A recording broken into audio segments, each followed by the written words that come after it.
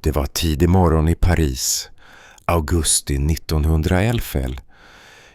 Vincenzo Peruggia gick längs de tysta gatorna mot Louvren.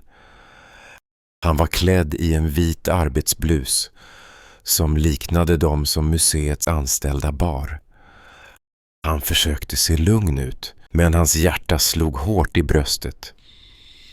Det skulle bli en dag som inte liknade någon annan.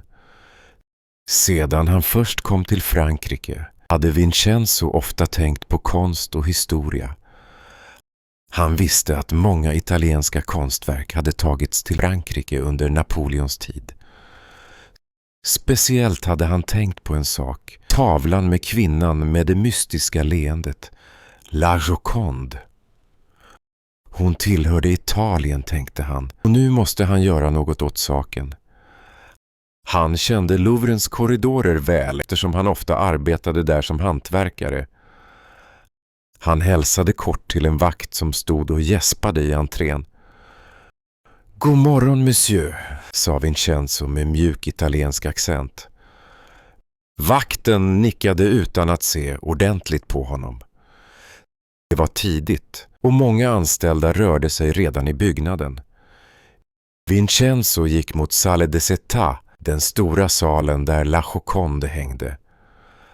Han gick lugnt, försökte inte se nervös ut. Han visste att den här stunden kom endast en gång.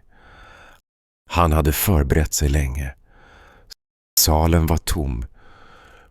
Morgonljuset föll in genom de stora fönstren. Han kände sig nästan som en tjuv i en kyrka. Han gick snabbt fram till tavlan. Hon låg vackert i sin enkla ram på väggen. Han tittade sig omkring, hörde bara sina egna andetag. Med säkra rörelser lyfte han försiktigt tavlan från väggen. Den var tung, men han hade övat på hur man skulle bära den diskret. Han tog några steg mot dörren. En man i dräkt passerade ute i korridoren. Vincenzo kände paniken stiga, men höll sig lugn, böjde huvudet och väntade tills mannen hade gått förbi. Han lade försiktigt tavlan mot sitt ben, drog snabbt av glasrutan och placerade den mot väggen. Tavlan kändes mjuk under duken, som han hade gömt under sin blus. Han gömde målningen genom att vira tunikan noggrant runt den. Sedan höll han den tätt mot kroppen. Han visste vilken dörr som ledde till en av Louvrens mindre korridorer. Den var ofta obevakad under tidiga morgnar. Han förde sig tyst genom dörren och smög genom ett mörkt förrådsrum. Ingen såg honom. Han andades djupt in, hörde ekot av sina steg.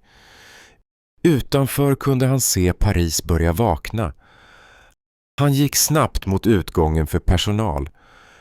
Fötterna kändes tunga, men längtan efter att lyckas drev honom vidare.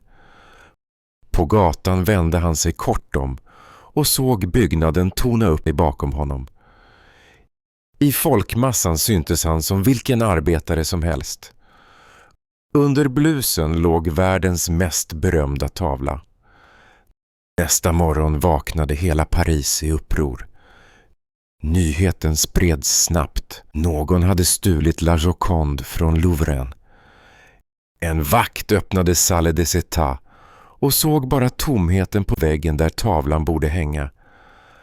Han ropade högt och sprang för att hämta hjälp. Snart kom polisen och museets personal. Fler och fler samlades runt den tomma platsen. Tidningarna började skriva direkt. Rubrikerna fyllde gatans bokstånd. La Joconde försvunnen. Världens mest kända konstverk stulen mitt i Paris. Folk samlades utanför Louvren och pratade lågt med varandra. Några trodde att det var ett skämt. Andra var arga eller skrämda. Polisen började förhöra alla som arbetat i museet. De granskade Louvrens dörrar och fönster, letade efter ledtrådar på golvet och i korridorerna. En ung polis hittade den trasiga glasrutan bakom skärmen där tavlan hade hängt. Någon måste ha planerat detta länge, sa han till sin kollega. Snart började rykten spridas. Några trodde att en berömd konstnär låg bakom stölden. Polisen arresterade Guillaume Apollinaire, den unge poeten som ofta besökt Louvren. Han förhördes länge av allvarliga män i uniform. Men Apollinaire försäkrade att han inte hade något med saken att göra. Några dagar senare knackade polisen på Pablo Picassos dörr. Picasso hade varit vän med Apollinaire och samlat många konstföremål, ibland utan tydliga papper. Polisen ställde frågor. De sökte igenom hans ateljé men hittade ingenting ovanligt. Picasso såg orolig ut. Han ville inte bli känd som en tjuv. Varje dag fyllde nya teorier tidningarna. En del skrev att det var en komplott. Andra att det var ett verk av utländska spioner. Folk diskuterade på gator och kaféer. Alla hade en idé om vem tjuven var. Under tiden satt Perugia i sitt lilla rum nära Gare de l'Est. Han hade gömt La Joconde i en träkista under sin säng. När han kom hem första dagen hade han darrat av rädsla och spänning. Nu försökte han leva som vanligt. Han läste i tidningen om poliser och konstnärer som anklagades. På nätterna tände han ett svagt ljus och tog försiktigt fram tavlan ur kistan. Han borstade lätt över duken, kände tyget under fingrarna. Du ska hem till Italien, viskade han ibland lika tyst som en bön. Vissa nätter sov han oroligt, rädd att någon skulle hitta hans hemlighet. Polisen fortsatte utreda i flera veckor utan resultat. De besökte antikaffärer och konsthandlare. Alla brev och telegram som kom från utlandet undersöktes noga. Men ingen visste riktningen på spåren. Perugia kände sig ensam, men också starkare varje dag. I Paris fanns många affischer med La Jocondes leende ansikte. Barn pekade på bilderna och frågade sina föräldrar: varför försvann hon? Perugia själv vågade knappt gå ut, men ibland satt han på ett café och lyssnade på samtal omkring sig. Han tänkte på Italien och undrade om tiden snart var mogen. Det hade gått 2 år sedan den där morgonen på Louvren. Perugia levde nu i stillhet, gömd i en förort till Paris. Varje dag arbetade han som målare, varje natt drömde han om Italien. Hans hjärta slog snabbare när han tänkte på den noggrant gömda tavlan. Han trodde fortfarande att han gjort rätt. Men vad skulle han göra nu, efter all denna tid? En kväll satt han vid det lilla bordet i köket och tänkte. Han skrev ett brev till en antikhandlare i Florens. Han kallade sig för själv Leonardo och berättade att han hade La Joconde. Han ville lämna tillbaka den till Italien och hoppades på en liten belöning, inget mer. Han skickade brevet och väntade nervöst på svar. Flera veckor gick utan nyheter. En dag fick han till slut ett svar. Antikhandlaren Signor Geri var intresserad. Han bad Perugia komma till Florens, till hans butik på Via degli Strozzi för att tala om saken. Perugia blev glad och rädd på samma gång. Han packade försiktigt tavlan i en trälåda och reste med tåg mot Italien. Han hyrde ett rum på ett litet hotell nära stationen i Florens. Rummet var kallt men lugnt. Han sov nästan ingenting under den första natten. På morgonen tog han trälådan under armen och gick till Geris butik. Signor Geri tog emot honom vänligt. De satte sig i hans lilla kontor bakom butiken. Perugia såg sig nervöst omkring. Geri frågade försiktigt: "Har ni verkligen La Joconde?" Perugia öppnade långsamt lådan och visade tavlan. Geri lutade sig nära, hans ögon blev runda av förvåning.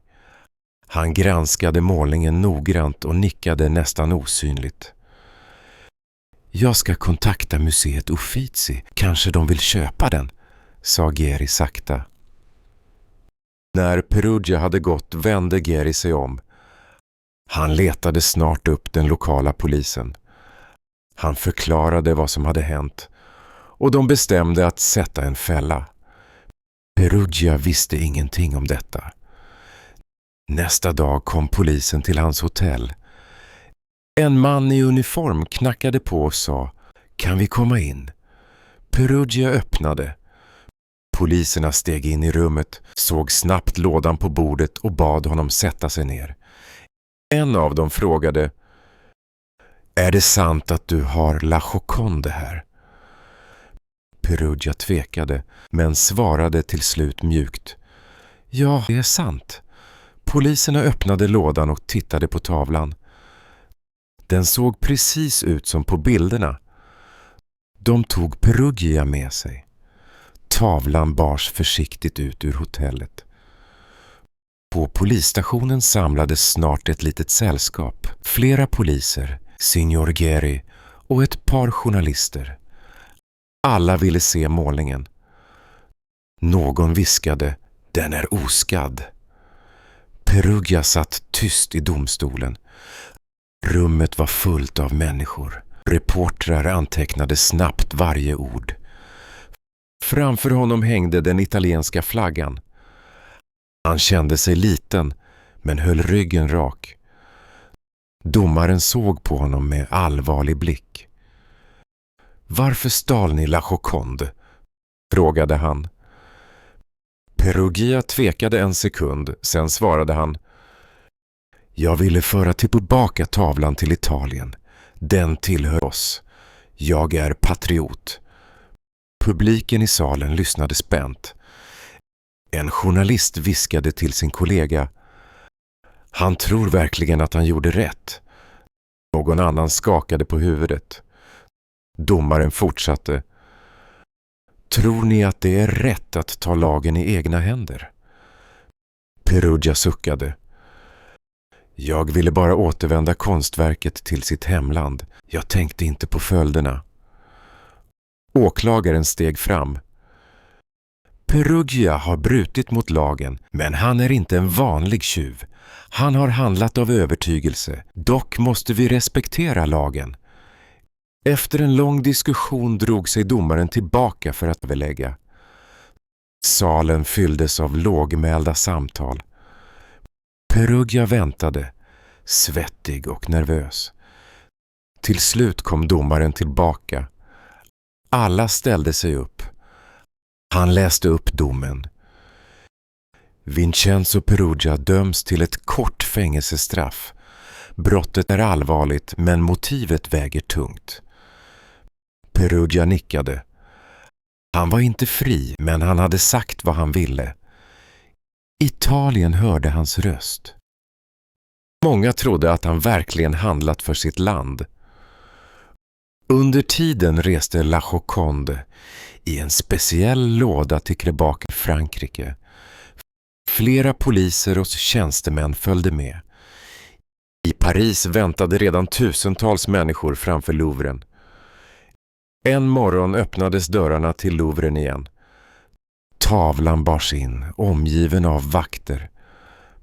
Massor av människor trängdes för att få se den med egna ögon. Där är hon, ropade en kvinna. Personalen på Louvren satte upp nya skydd framför tavlan. Nu hängde La Joconde bakom tjockt glas och med flera vakter i närheten. Alla pratade om den otroliga historien. Tavlan blev ännu mer känd. Tidningarna skrev om Perugias motiv. Vissa kallade honom hjälte, andra tjuv. Men världen glömde aldrig hans handling. La Gioconde blev symbol för både konst och äventyr.